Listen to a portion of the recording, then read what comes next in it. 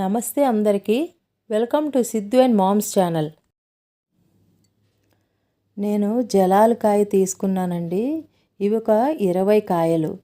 వీటిని శుభ్రంగా కడుక్కుని తుడుచుకుని ఆరబెట్టుకుని ఇదిగో ఇలా చెక్కు తీసుకోవాలి. అన్నీ ఇలా రెడీ చేసి పెట్టుకోవాలి. తురుము ఇలా పెద్ద కన్నాలు ఉన్న వైపు చేసుకుంటే పొడవుగా చాలా బాగా వస్తుంది. అదే చిన్న కన్నాల వైపు చేసుకుంటే చాలా సన్నగా చిన్నగా అయి ముద్దలా అయిపోతుంది.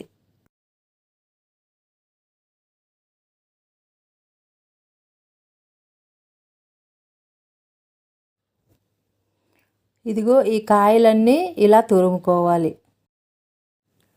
ఈ తురుము ఇప్పుడు ఒక కప్పుతో కొలుచుకుందాము.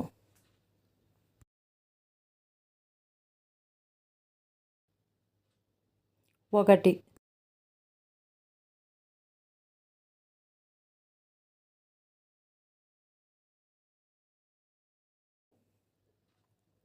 2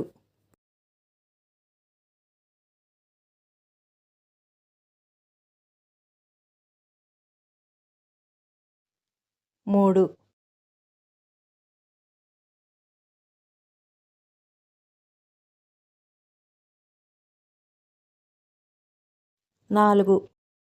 4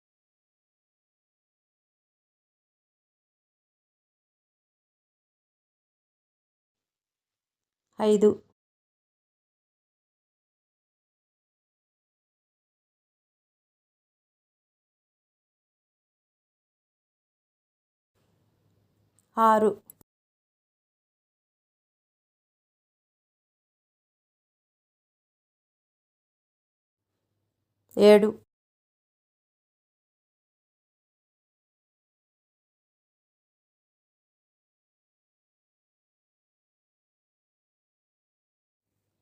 7 8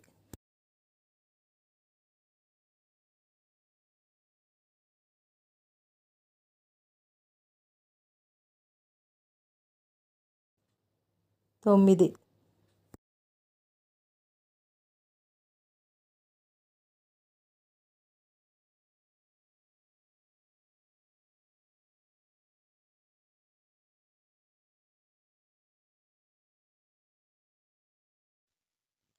10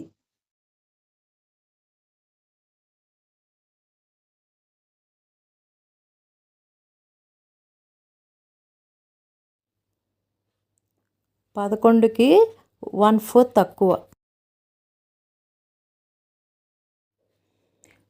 ఇప్పుడు ఇందులో 3 టేబుల్ స్పూన్స్ పసుపు వేసుకుందాం. ఇప్పుడు ఈ తురుము అప్రాక్సిమేట్లీ 1/4 తక్కువ 11 కప్స్. దీనికి నేను 1.5 కప్ సాల్ట్ వేస్తున్నాను. ఇది క్రిస్టల్ సాల్ట్ గ్రైండ్ చేసింది. ఇక్కడ సాల్ట్ మనం మామిడికాయ పులుపుని బట్టి ఎక్కువ తక్కువ వేసుకోవాల్సి ఉంటుంది. ఇదంతా ఇప్పుడు బాగా కలిసేటట్టు కలుపుకోవాలి.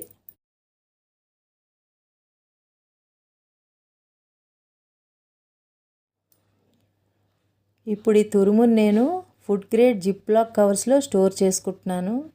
ఒక మీడియం సైజ్ కవర్ తీసుకున్నాను. 1 కవర్ కావాలంటే 1, 2 కావాలంటే 2 కవర్స్ తీసుకుని వాడుకోవచ్చు. అదే పెద్ద కవర్లో పెట్టుకుంటే అది బయటికి తీసి మళ్ళీ ఫ్రిడ్జ్లో పెట్టి చేస్తే అంత మంచిది కాదు. సో ఇలా నేను స్టోర్ చేసుకుంటున్నాను. ఈ విధంగా అయితే కొంచెం ఎక్కువ కవర్లు పెట్టుకునే అవకాశం ఉంటుంది. అదే బాటిల్స్ అండ్ డబ్బాలు పెట్టుకోవాలంటే ఫ్రిడ్జ్లో అంత ప్లేస్ ఉండదు కదండి. సో ఇదైతే మనకి కొంచెం ఎక్కువ స్టోర్ చేసుకునే అవకాశం ఉంటుంది. చింతపండు అంత మంచిది కాదని చెప్తున్నారు కదా, అందుకని ఆ ప్లేస్లో ఈ మామిడికాయ అన్నిట్లోని వాడుకోవచ్చు. ఈవెన్ మామిడికాయ పులిహోర కూడా చేసుకోవచ్చు.